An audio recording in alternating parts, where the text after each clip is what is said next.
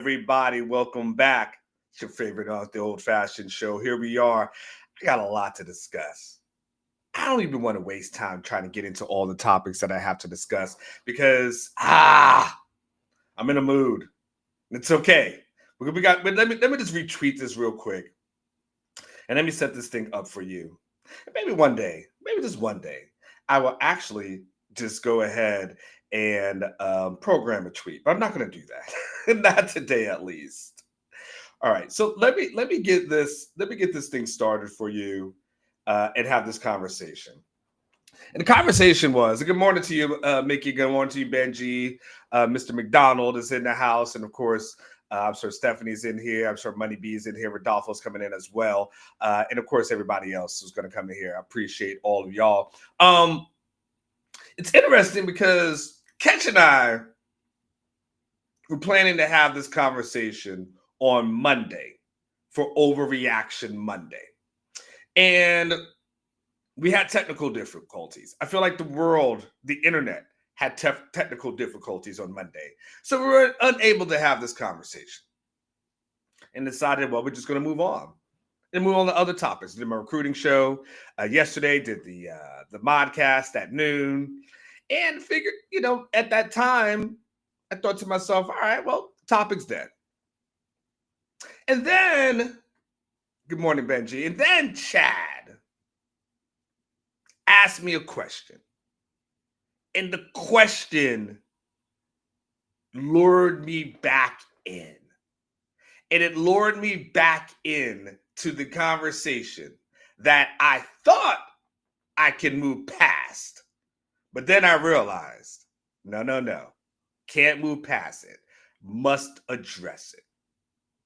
And the question that Chad asked me at the noon show revolved around a topic that they had on Monday, by the way, in their noon show.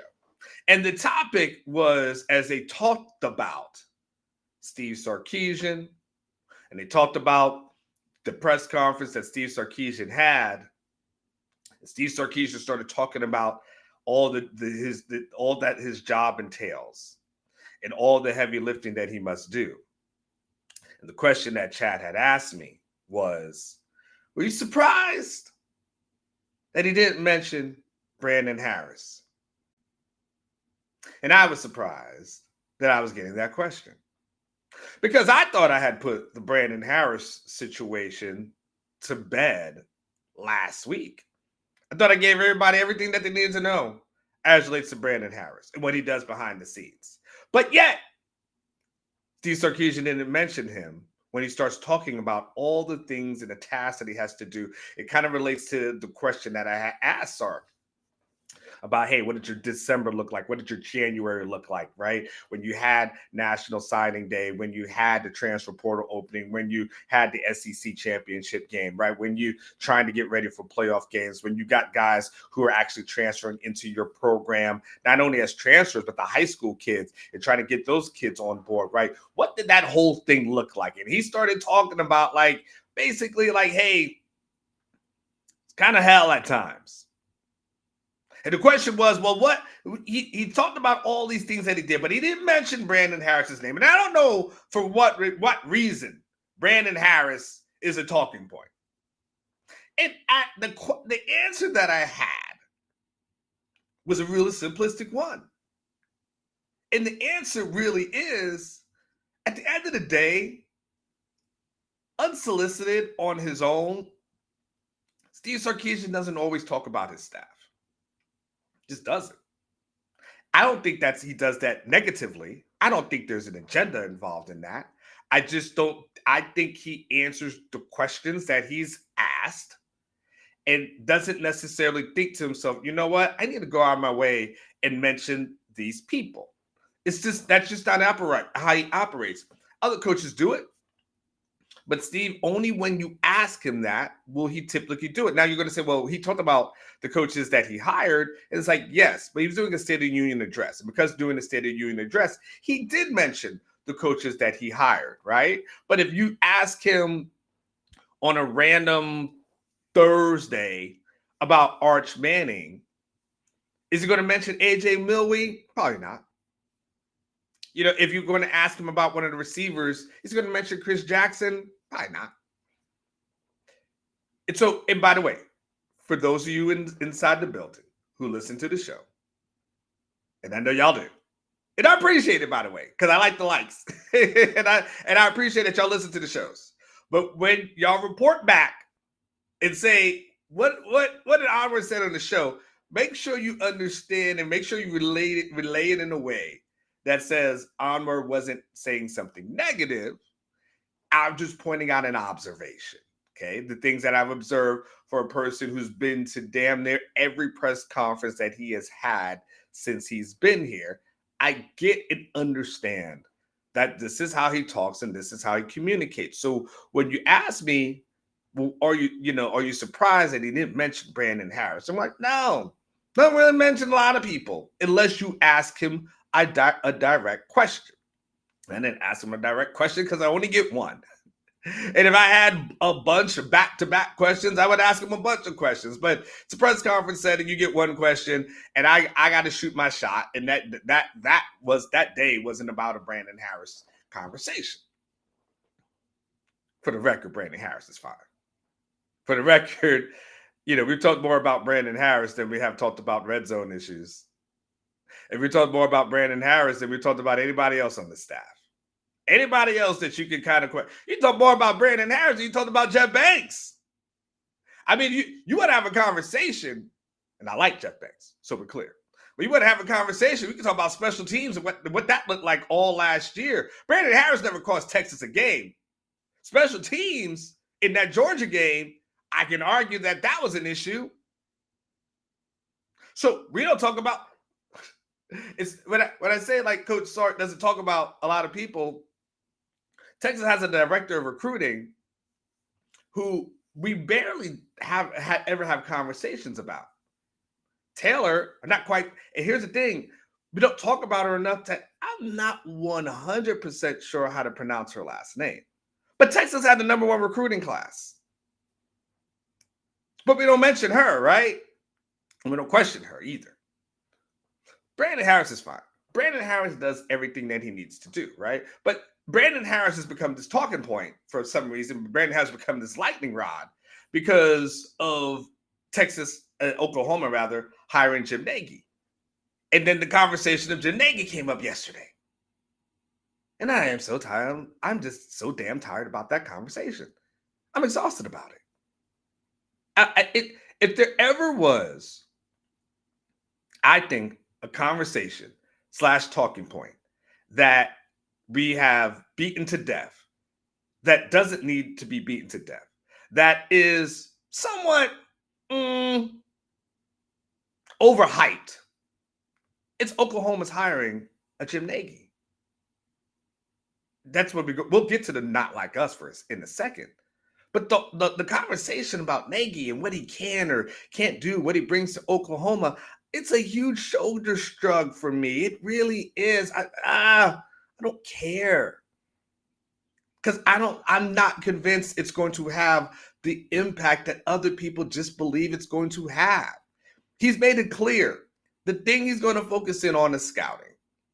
More so than anything else. Okay, cool. But at the end of the day, you really want me to sit here and believe in March that somehow, some way, that now Oklahoma, from a scouting department perspective, is somehow going to be better than Texas? Get the blank out of here. And not a cuss, but I know some of you guys are playing me in your office while you're working, and I don't want you to get in trouble with your boss. I don't need her to come in and be like, what are you listening to? I don't need all that. I know this, I know you got kids in the car. I get it, right? But end of the day, the whole thing about Nagy, shoulder shrug. Who cares? I don't care. I literally don't care. I think it's much to do about nothing. Nothing. What Anwar? He was in charge of the Senior Bowl. What makes you say that? Wait. Yeah, he was in charge of the Senior Bowl. He didn't work by himself. And at the end of the day, he was in charge of finding people that NFL teams wanted to see, so they help them out. It's in charge of finding people that are pretty much finished products. But we're not uncovering like every rock, right? I mean, come on, come on. And by the way, everybody who goes to the Senior Bowl doesn't get drafted. But we're talking about going into a world where you have to be the person that looks at a high school kid like a Charles Manahue and can project what this person can grow into. Not necessarily are they NFL ready at this moment. More so, can you find yourself the Trevor Gooseby of the world and say to yourself, if we add in an extra 30 pounds on him, I believe he's got this kind of talent. Like, it's a different world. It's a different stratosphere. It's a different kind of recruiting, right? And at the end of the day, Texas has been doing pretty good at their job. But at the end of the day, that thing, if you're just telling me the strength is recruiting, I would tell you, okay, and you can't build a roster. You will not build a roster to compete in the SEC if you think to yourself, we're going to find all the diamonds in the rough. If you think you're going to play Moneyball in the SEC, I'm sorry, you're going to get your ass kicked. You're going to get your ass kicked. You're going to get your teeth kicked in. If you think to yourself, I'm going to find myself somebody from all these other directional schools that no one's ever heard of, like, stop it. It's bull. That's not how it's going to work. I said it yesterday, but it's true. I don't care if you feel like you found yourself a diamond in the rough. I don't care like if you feel like, oh my God, we saw this kid from USF, University of South Florida, and I think this kid is going to be something special. Guess what? The moment you make him an offer, guess what happens? He's going to tweet it out. And everybody, if you wasn't on the radar, is going to be on the radar. And now then you got to figure out in this era of NIL, well, how much can we pay for a person who's like that? All of a sudden, the thing that you feel like is the superpower is gone. That's your kryptonite, NIL. You can't compete. It just is what it is. And Oklahoma has shown that they've been able to compete a little bit. But I've sat here for years and listened to Catch talk about the importance of super blue chips, since my black ass got blue in the face. And guess what? If that's the deal, then guess what? You have to win by recruiting the top elite players in the country. And if you think that you're going to win by finding all these little diamonds in the rough, no, you're not going to beat Georgia like that. You're not going to beat Tennessee like that. Somehow, yeah, you got lucky with Alabama. You're not going to beat Texas like that. You're not going to beat anybody of subsequence like that. You're going to have to get the elite talent. So when you tell me about Oklahoma and what they've been able to obtain, it's a shoulder shrug for me. It really is. Don't matter. And I get it. And I realize this is where we're at. We're at this point where you're looking at Oklahoma and you're not looking at Oklahoma in 2025. Because you cannot have a genuine conversation about Oklahoma unless you talk about Oklahoma in 2025. Now, you want to talk about Oklahoma in the past? I got it. Oklahoma in the past, they was Debo. That was Debo. They was stealing your bike. They was snatching chains. They didn't give it. My grandmama gave this chain. They take your chain. That Oklahoma, they ran it. They ran the Big 12. There was no question. They were going to win the Big 12 championship. That's just what they did. That's just who they were. I remember coming in here 2014. And I was like, I remember telling Texas fans, y'all got to pipe down. Y'all talking about how you want to compete against the big dogs in the country, y'all can't beat Oklahoma.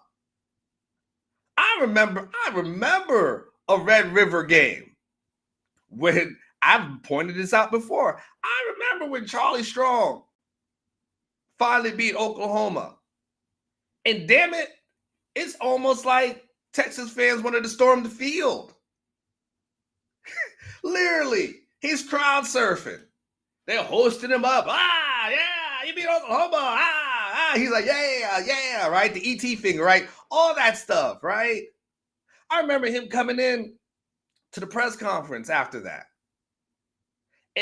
And I've used this analogy before. He was strutting in like George Jefferson. Like he just did something. He's like, you doubted me. You doubted me. It was like winning the Super Bowl. Or at least in this equivalent, it was like winning the college football playoffs. It was like we beat Oklahoma because Oklahoma had been running things. And they had been. They did. There's no denying that. The records show. Men lie, women lie, the numbers don't. They were winning championships. That's what they were doing. I covered all of Sam's years. He beat Oklahoma one time. And the one time he did it, Texas fan loved it. They loved it because it was the, take that loss blank, right? Oh, man. It was a gift, right? It was a whole gift and a gift. Take that loss, take that L blank, right? It was like, because you finally beat Oklahoma. It was like, oh, snap. Finally did it. Finally dethroned those big badass teams. And look, remember teams? We got Lincoln Riley. You got the backups coming in because Texas is having success, and the backup comes in, and you're like, what the hell is this? Who the hell is Caleb Williams? What the hell just happened here? Put Spencer Rattler back in. Can we get Spencer Rattler back? Why are you putting in the better quarterback? This ain't fair. Right? We remember those games because that's what Oklahoma was, man. I get it. I was there for all of that. But if you want to have the conversation in 2025, Oklahoma and Texas are two ships that are just passing in the night at this moment. They're different. They're absolutely different. They're not the same. Dude, these are two programs heading in different directions. And Texas is competing against Ohio State and Georgia. And to a certain degree, the Notre Dames of the world, even though they didn't play them, right? Clemson, they're competing for national championships. That's Texas. Texas is competing for natties. Oklahoma is trying to win a bowl game under Brett Venables. That's the reality. That's not me being a hater. That's not me being a homer. That's not me being a person that like, oh, you just saying that because you cover UT or blah, blah, blah. You want likes and clicks and you like Click Blake and all that kind of stuff. Like, no, that's just factual. I will give you the facts. I'll give you the numbers. These are two different programs. That's why when I hear the conversations about Nagy and like, what does that mean for Oklahoma? It doesn't mean anything because these teams are on different levels. There's levels to this. And Oklahoma hasn't been on Texas's level. Under Venables, it's only been one time. And even then, Texas still went to the playoffs. So when I hear the conversation, I'm like, no. It's like, which of these kids, like the Sesame Street, which of these kids is doing his own thing? Come on, can you guess which one? Right? And they got like a bunch of kids dribbling a basketball, and there's another kid like playing baseball. It's like, well, that's the one. Because when we start thinking about even 2025, when we start thinking about where teams are going to be ranked heading into the season, we know Texas is going to be one of the top teams that's ranked there. And we know Oklahoma just isn't.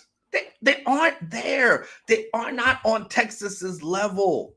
That's why the Nagy thing doesn't mean anything to me, because Brett Venables is a few months away, potentially, If he doesn't get this thing right, Brett is fired in December. He is. Like, let's keep this a buck. If he doesn't right this ship, he's fired. Fired. Okay? Let me show you this. Men lie, women lie, the numbers don't. Is this your king? This is what we're talking about here. His record at Oklahoma is 22-17. He has never won a bowl game. 0-3. His record in the Red River is 1-2. You can look at the results there, and we'll get to that in a second. When you tell me something about Nagy, I will tell you I don't care. Oklahoma under Venables has never won a bowl game. A bowl game. Hell, Tom Herman won bowl games. He actually never lost one. 22-17. The only thing that makes this record even somewhat, what is the word? I don't even know the word. Like, somewhat from being a 100% abomination, is that somehow, some way, Oklahoma defeated Alabama last year. And if Oklahoma doesn't defeat Alabama, this whole Brett Venables experience is a horrific train wreck.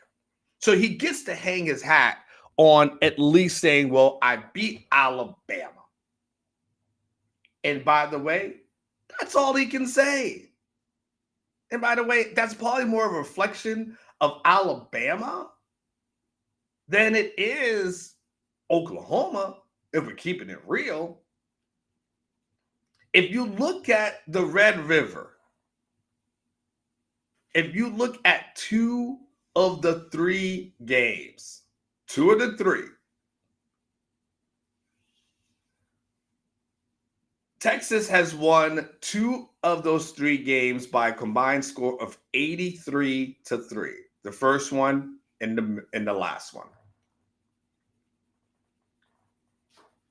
We're going to ignore the I think those numbers are wrong, by the way. But nonetheless, 34-0, that one happens. And then, the other 2, first and last, 83-3, ass kicking. Imagine if this was on a Texas end, and you were getting it, and Texas was getting blown out like that. Texas lost those Red River games, but they didn't get their asses kicked. But nonetheless, that's Oklahoma. Is this your king? Is this what you want to talk about? How about this? Let's talk about recruiting for a second. I'll come with numbers. Because where are they at from a recruiting perspective? Well, Brett Venables gets hired in 2021, so I don't count the 2022 class, right? That's a transition class. That's not fair. That doesn't count. So let's go to the 2023 class. Starts out pretty good. They're 6th. UT's 3rd. By the way, they have Jackson Arnold in that class. Oh, you know where we're headed. And then 2024 class, they're 7th. UT's 3rd. And then last season happens. And Oklahoma's 18th. And UT finishes with the number 1 class in the country. This is the team you're comparing yourself against. This is the team that you're worried about, that they may have made some sort of hire. This is the team that you're trying to somehow convince yourself that it matters. No, it doesn't. It doesn't. Because at the end of the day, they're not winning games and they're losing in recruiting. And this coach has 1 year to somehow maybe turn it around. And so that's their whole thing. And so you think to yourself, okay, well, What happens now? Maybe Oklahoma can kind of turn this thing around. Maybe they can right this ship. Maybe they can figure it out. Like, go. Why are you being so down on them? Well, let me give you an interesting story. An interesting story that's actually an accurate story. And let's go ahead and let's read this together. This is from our rivals site from Oklahoma, the OU Insider. Okay. This is an update that they had over the weekend about a 5-star that Oklahoma had that was supposed to be making a visit.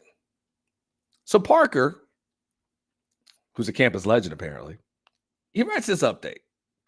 He said, hey, hadn't been able to get a hold of Brandon Arrington until just a few minutes ago. Caught up with him, and it turns out he didn't even make it to Norman. He had long since planned to do so, and both Sam Spiegelman and I confirmed earlier this week that he still intended to fly to Oklahoma for future freaks. That's one of their recruiting events that they have out there. But a late miscommunication led to the cancellation of his trip. And here's the quote. So we had locked it in a while ago, Arrington told me. Coach told me to post it. I posted it. When he says post it, he means put it on social media, kind of give them that juice that, hey, we got the 5-star coming, but they put it on social media, like let everybody know, like Oklahoma's in the mix, right? Like I want everybody to know that, right? So, okay. So he texted me one day, but I think my dad didn't respond or something because he was at work. You really got to call my dad, honestly. You can't just text him. So then he thought that because my dad didn't answer, everything was off, So thus Arrington didn't get on the plane. And the question is, well, where does that leave Oklahoma with the number 11th overall player in the class going forward? And his response was, I might just take them off my list, honestly.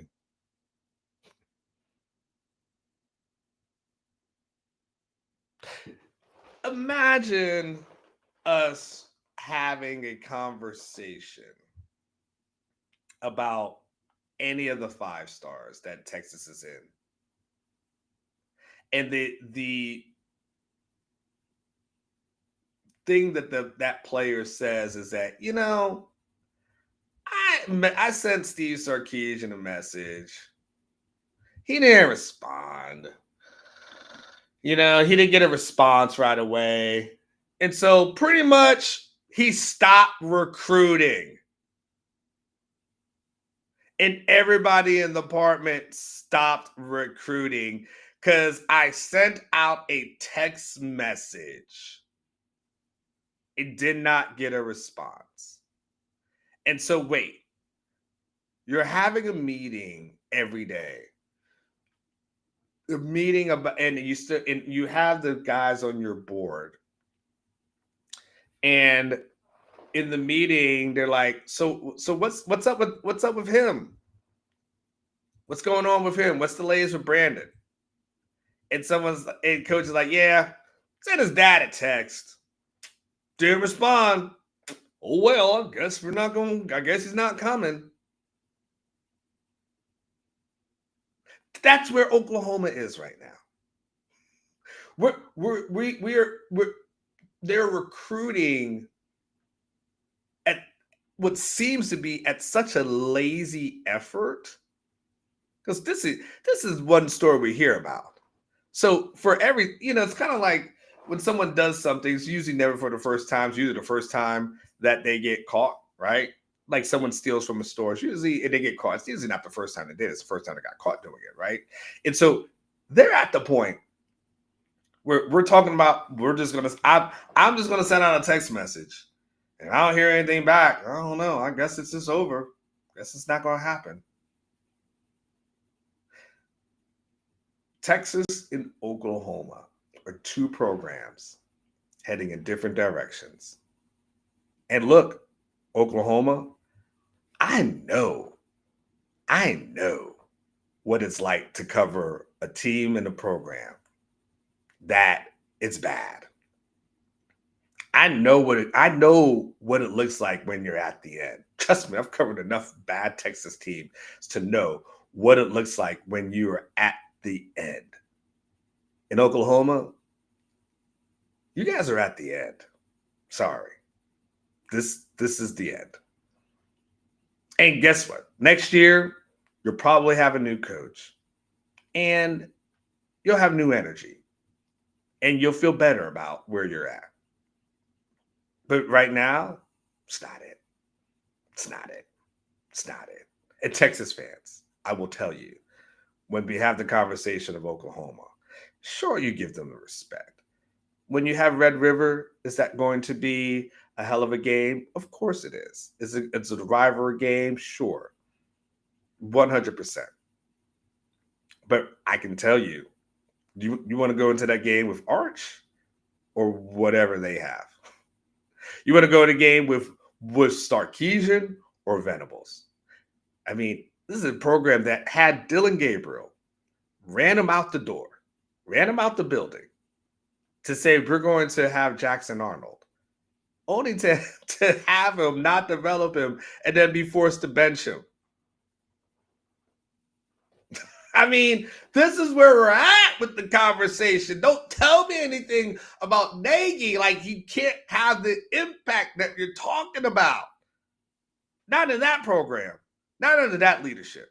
Not now. Not now. Oklahoma is a program that's trying to figure out how to win a bowl game under Venables. They're trying to figure out how to win a bowl game. Texas is trying to figure out what to do to get past the college football semifinals in order to win a national championship. Not like us. They are not like you. They were better than you at one point, though.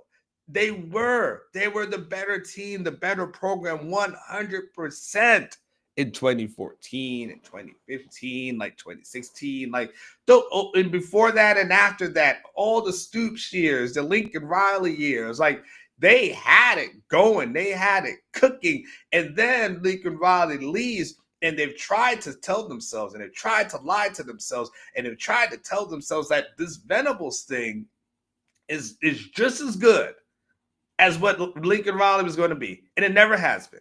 It has never really come close. Outside of one season, one good season, and then that's been pretty much it. And you pretty much had losing seasons since then. So to put a ribbon and bow on this, to put this whole thing to rest, this whole Oklahoma conversation, because we'll have it again. People will talk about Nagy again. Brandon Harris, for some reason, I don't know why, he'll be a conversational topic. At the end of the day, the Oklahoma is not like Texas. Oklahoma is not on Texas's level. They're just not.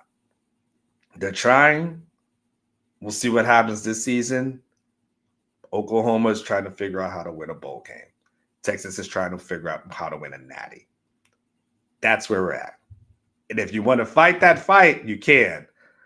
But you're fighting against yourself, and you're fighting against facts. And the facts are Texas is here, Oklahoma is here,